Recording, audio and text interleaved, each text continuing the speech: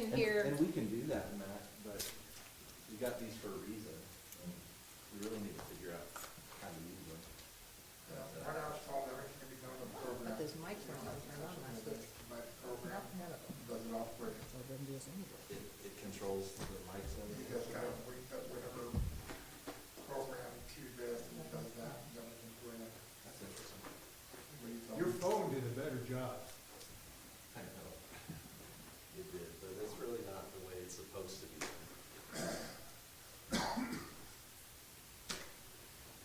Thank you, Ron. Better. Good. Took off a little bit here and there. Stay with the people.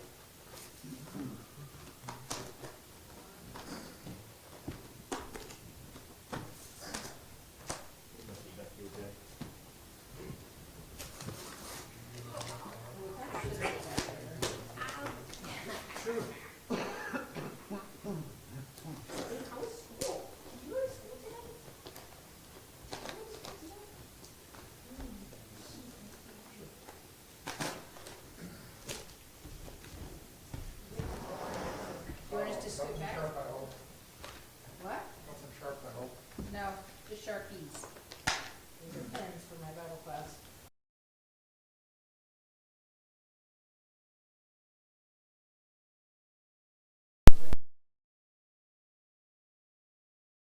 Since I don't have a student.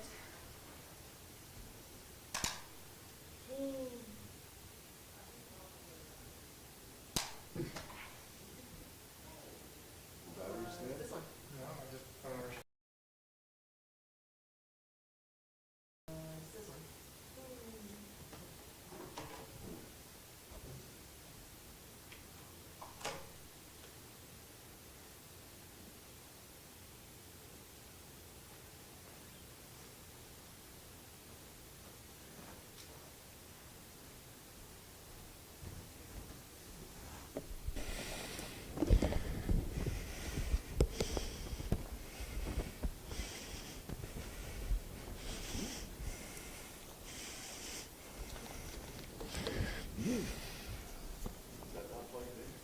Huh?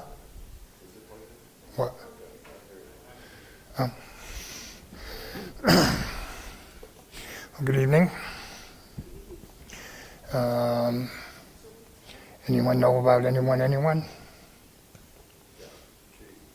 found out from my daughter, because she's helping Kayla has respiratory therapy.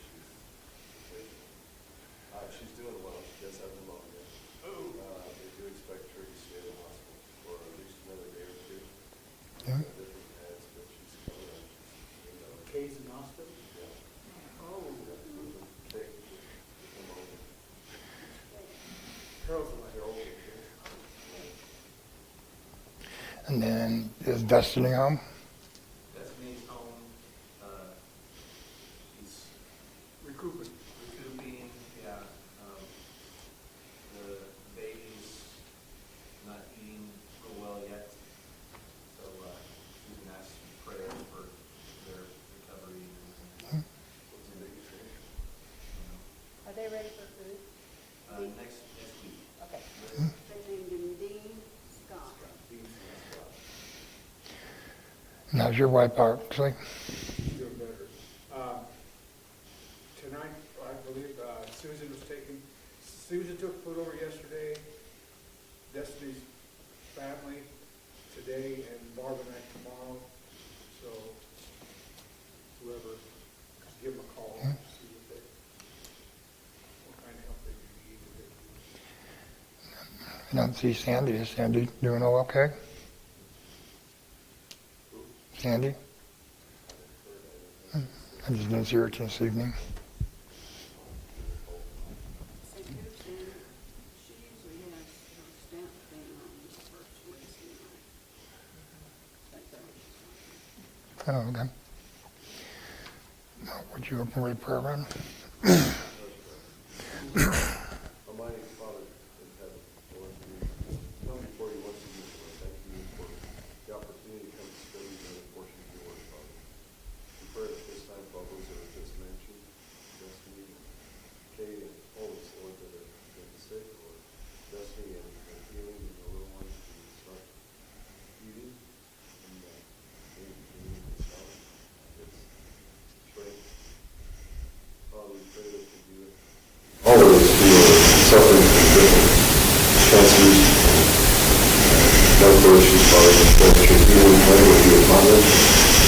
forgive us of our sins where we fall short, Lord. Help us to improve, to tell those things and get better. We're doing what is right. Father, we pray that you be with us through this service and pray that you would not really look up to what you did for us. Lord, we ask these things in Christ.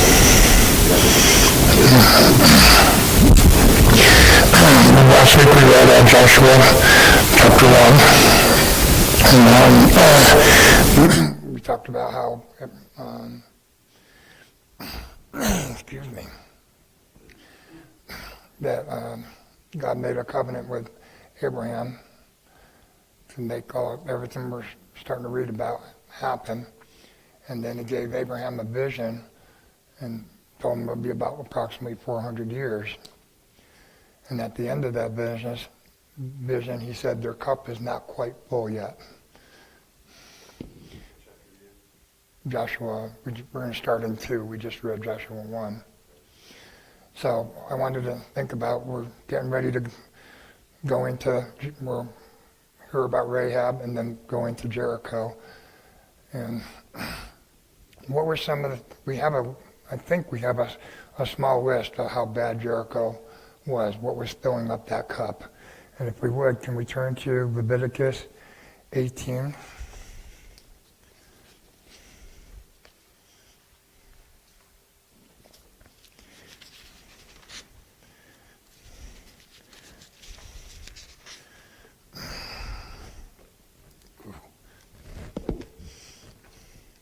What?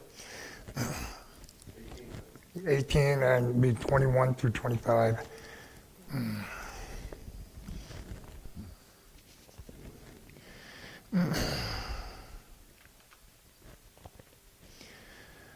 that here in 18:21 through 25, you shall not give any of your children to devote them by fire to Moloch, and so profane the name of your God. I am the Lord. You shall not lie with a male as with a woman. It is an abomination. And you shall not lie with any beast and defile yourselves with it. Neither shall any woman give her to a beast to lie with it. It is perversion. Now 24, do not defile yourselves by any of these things, for by all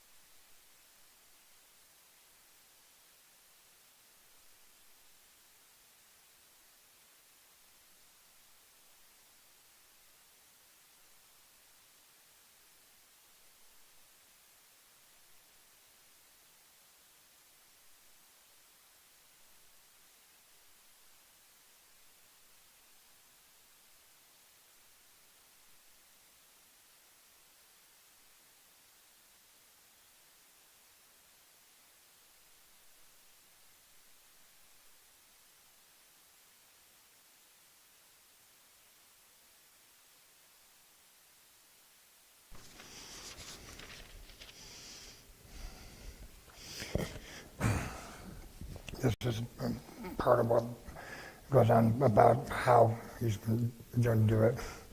Do not say in your heart, after the Lord your God has thrust them out before you, it is because of my righteousness that the Lord has brought me in to possess this land, where it is because of the wickedness of the nation that the Lord is driving them out before you, not because your righteousness or the uprightness of your heart are you going in to possess the land. But because of the wickedness of these nations, the Lord your God is driving them out from before you, and that he may confirm the word with the word which the Lord swore to your.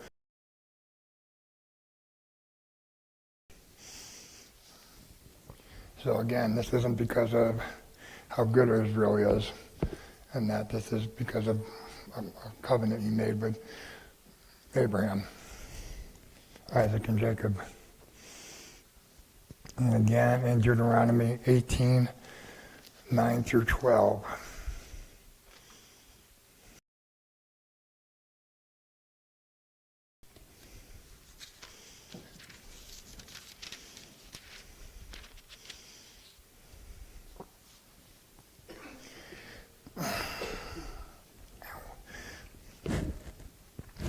18:9. When you come into the land with which the Lord your God gives you, you shall not learn to follow the abominable practices of those nations.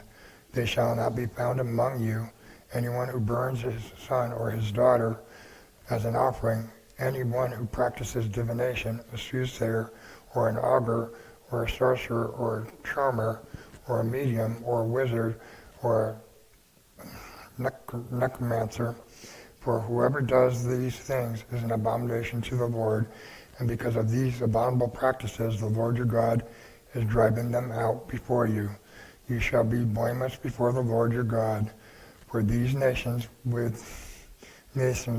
which you are about to dispossess give heed to soothsayers and to diviners, but as for you, the Lord your God has not allowed you so to do. So we can see this isn't too bad, you're sorry, Jericho, you got to move out of the land. This is a punishment God's placing on Jericho. Yeah, he promised Abraham, but this is also a punishment that God knew he was going to have to do 400 years sooner. So I just wanted to bring that up to think about, when we're going to Joshua chapter 2 right now, and that as to why they're going to displace these people out of Jericho. Yeah? You read there in Leviticus 18 about the children passing through Moloch. Moloch was a derivative of the god of Balaam or Baal, and there was about maybe 10 different type of religions associated with that. And in Jeremiah, he brings up again, and they built and caused their sons and daughters to pass through the fire of the Molech, which I commanded them not, neither came it into my mind that they should do this abomination to cause Judah to sin. This particular god, that was the ritual to sacrifice your children. And about 5 years ago, they actually found some of these altars where they did do that. They found animal bones and they found human baby bones. So that was a common thing back then. Mm-hmm. The more precious the sacrifice, the more your God is going to hear you. That was never shows how wicked they were, how little they thought of human life. So that was very common in that day. And like I said, they have found some of those altars. Right. So, like I said, this is something that I don't know how they could get so far away from God, but they did. And that they couldn't, I can see why God's having to destroy them. They don't know God like we do.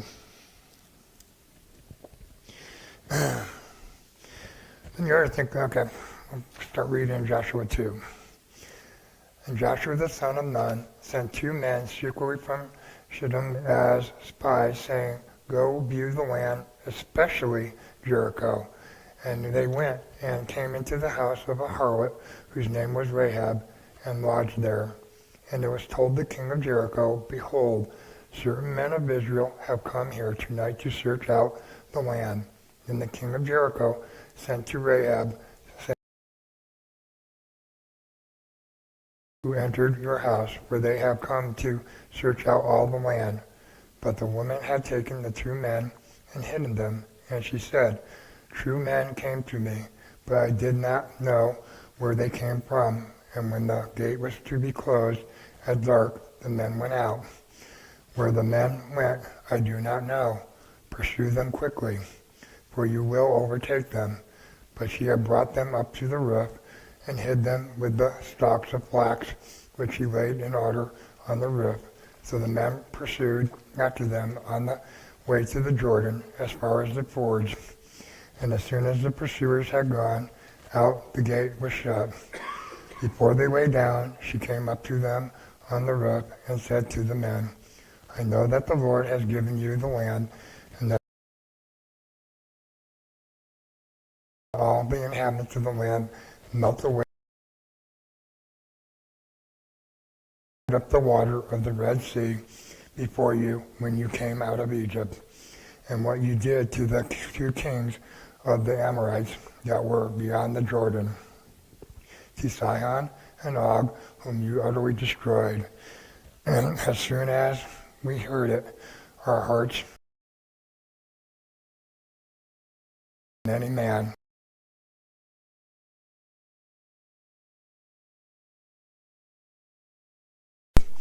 now then swear to me by the Lord that as I have dealt kindly with you, you also will deal kindly with my father's house, and give me a sure sign, and save alive my father and mother, my brothers and sisters, and all who belong to them, and deliver our lives from death. And the men said to her, our life for yours. If you do not tell this business of ours, then we will deal kindly and faithfully with you when the Lord gives us the land. Then she let them down by a rope through the window, for her house was built into the city wall, so that she dwelt in the wall, lest the pursuers meet you, and hide yourself there 3 days until the pursuers have returned. Then afterward you may go your way. The men said to her, we will be guiltless with respect to this oath of yours, which you have made us swear. Behold, when we come into the land, you shall bind this scarlet cord in the window through which you let us down, and you shall gather into your house your father and mother and your brothers and all your father's household.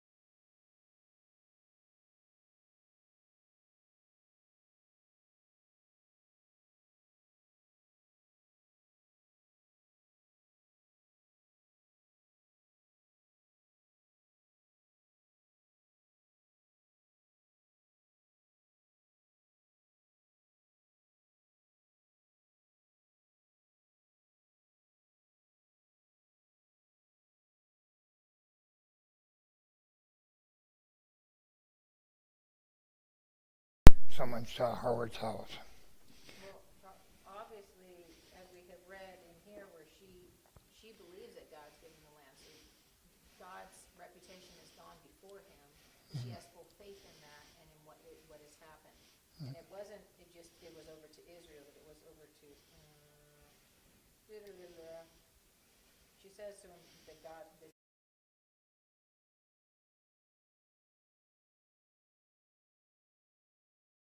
a deeper faith, and even in this world, she knows what she does is not right according to anything, because in what in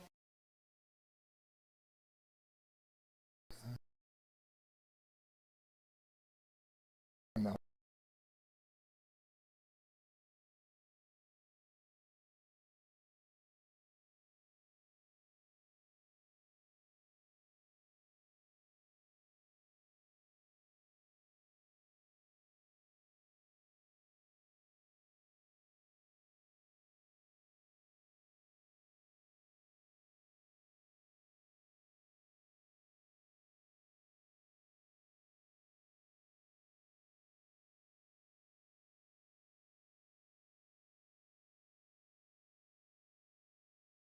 From what we just read,